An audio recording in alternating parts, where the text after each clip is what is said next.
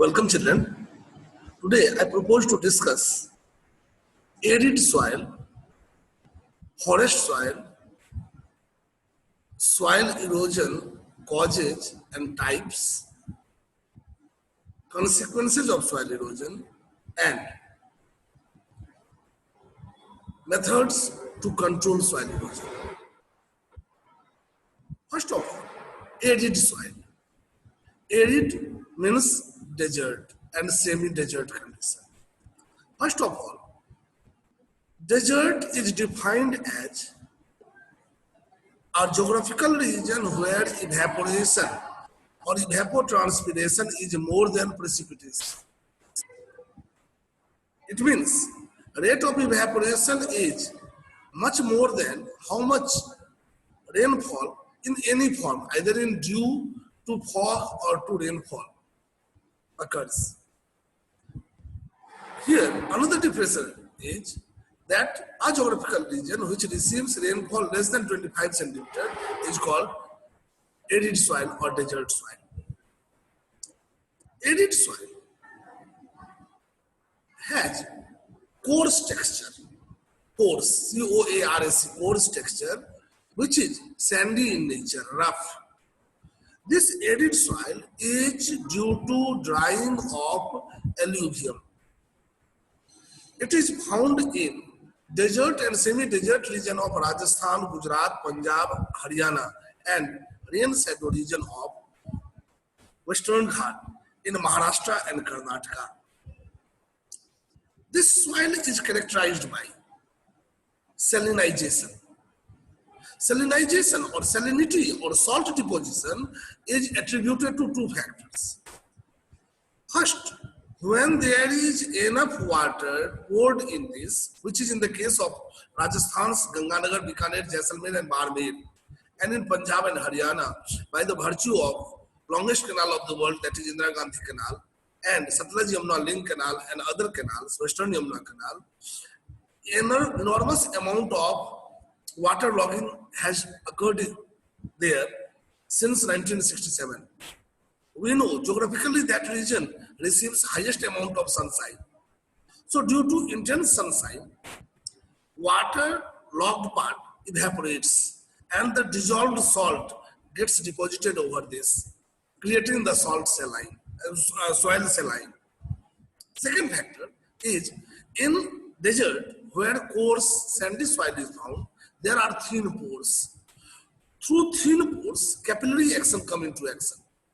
Through capillary action, water come to surface along with dissolved salt, and then the water evaporates and dissolved salt stays on soil, rendering the soil infertile and saline soil.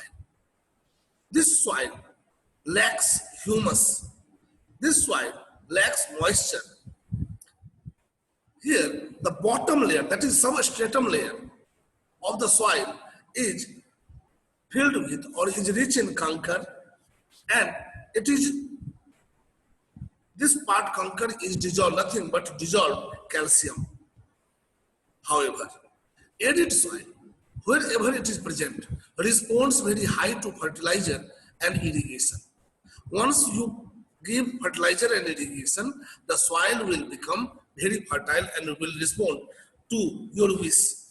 This has been proved in the case of our first phase of green revolution, which occurred in Rajasthan region during late 1960s. Ganganagar, Bikaner, Jaisalmer, Barmer, which were the grey region, turned into green region, and they are the massive grain producing region. Now, we should switch over to forest soil. This is also called as mountain soil. It is spread over the vast stretch of Himalayas. This soil is found right from the top to bottom of the mountain. The bottom of the mountain is attributed to presence of forest soil in the form of alluvial fan. This is thicker. This is loamy, that is mixture of sand and silt and clay. This soil is rich in moisture But as you go up into the higher reaches of mountain, the thickness of the soil lowers. And in the lower alluvial fan region or in the Piedmont plateau region, plain region, there is a higher rate of deposition, while in the upper course of the forest soil, there is a higher rate of denudation and erosion is very high. In the higher reaches, the content of humus is poor. This you can understand in this way, that in the higher reach, due to normal lapse rate, temperature is low. And in winter, there is snowfall. So a snowfall, lower temperature retards the formation of vegetative growth and microbial growth. Those retardation leads to lack of humus in this soil. This soil, that is forest soil in mountainous region is suitable for terrace farming. If you terrace, if you do contour plowing, if you make bunding, if you make steps, terraces, and then on those soil, we have been able to cultivate our tea plantation in northeastern region, that is in Darjeeling Hills, Assam valleys, and in the Uttarakhand and Himachal Pradesh region. Now, we should switch over to our another topic, that is soil erosion. Soil erosion is a geographic process of both qualitative and quantitative decline in the layer of soil. So, the lowering of the soil quantity and quality is called soil erosion. This is attributed to two factors. One is mechanical, that is natural factor, which cannot be stopped, and another is man-induced. Man-induced, that is, if you take the man-induced factors, they are deforestation, overgrazing, construction and destruction, construction of number of infrastructural activities, mining, and rapid rate of increase in technology, and faulty and unscientific cultivation method. If you take deforestation and overgrazing, both lead to the same problem, that in both the cases, the holding capacity, that is, those plants and grasses have tendency to hold soil firmly. But as soon as they are cut, the holding capacity is reduced. As a result, they are become prone to erosion. As far as physical factor or natural factors are concerned, there are important factors like swiftly flowing rivers, and especially during flood season, when all our barren, bare soil, they are exposed to fast flowing river and the flood, precious soil is washed away to uneconomic use.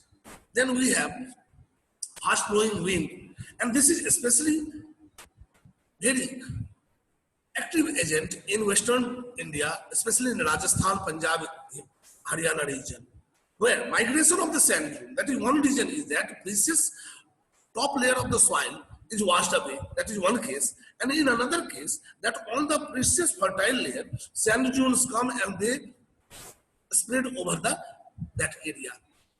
So these factors together are responsible for soil erosion.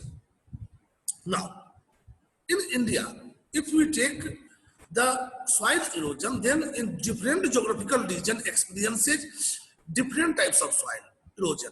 That is, nature of soil erosion in different regions are different. For example, you take Chambal basin of Madhya Pradesh, Uttar Pradesh, that is Lalitpur, Jhansi district, Unnao region, and some part of Rajasthan and Gujarat. That is in Chambal basin, once which was a highly forested region. Due to cut in forests during high rainfall region, when swiftly flowing river moves, what happens? That top layer of the soil undergoes vertical erosion, followed by number of presence of ups and downs. So, due to vertical erosion, gully is formed. Gully, that is narrow channels are formed. And narrow channel, narrow channel surrounds high mounds, up mounds, and there is formation of ravine. That is, one top area is surrounded by number of gullies. So that ravine is formed, which is unsuitable for any kind of economic activity. Hence, that region, even it is not favorable for formation of settlement. So that region is called bad land. And the erosion due to vertical incision of water is called gullies, and such erosion is called gully erosion. This erosion is quite favorable only in those Chambal basin. Then we have another type of erosion is in the form of sheet erosion. Sheet erosion is found in those regions where vast area is exposed to bare soil. Those areas are exposed to active agents of erosion like wind, water, glacier, and the firm holding of the soil is reduced. In that case, whenever any agent of erosion, that is wind or water or glacier, becomes active, the layer by layer removal of soil, the precious both quality and quantity of the soil is removed. Such erosion is called as sheet erosion. Then we have another type of erosion is wind erosion.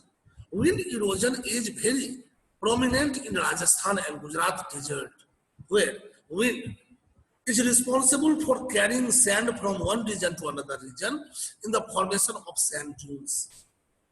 So the loose sand is transferred from one region to another when it is bare. Such erosion is called wind erosion. So we have discussed about gully erosion, that is formation of bad land, sheet erosion, and wind erosion. Now, if we discuss the methods to check the soil erosion, then whatever the factors are responsible, if those factors we seized, then our agent method, erosion or denudation can be stopped. For example, in mountainous or slopy region, if we do scientific method of cultivation, that is contour plowing, that is a vertical, that is a plowing perpendicular to the slope is contour plowing that retards the movement of both wind and water. So contour plowing first, then creating check mud, stripe cropping, that is crops should be grown in different stripes and at regular interval grasses or trees should be applied so that swiftly flowing water and wind could be checked. Then we should develop shelter belts of shrubs, trees, etc. Then we will have to stabilize sand dunes. Then we will have to formulate laws. We will have to go for legislation for overgrazing, for deforestation, and instead we should promote afforestation programs. Afforestation programs at the three levels, that is social forestry, farm forestry, and community forestry. So these together can lead to massive scale of check of soil erosion. Thank you.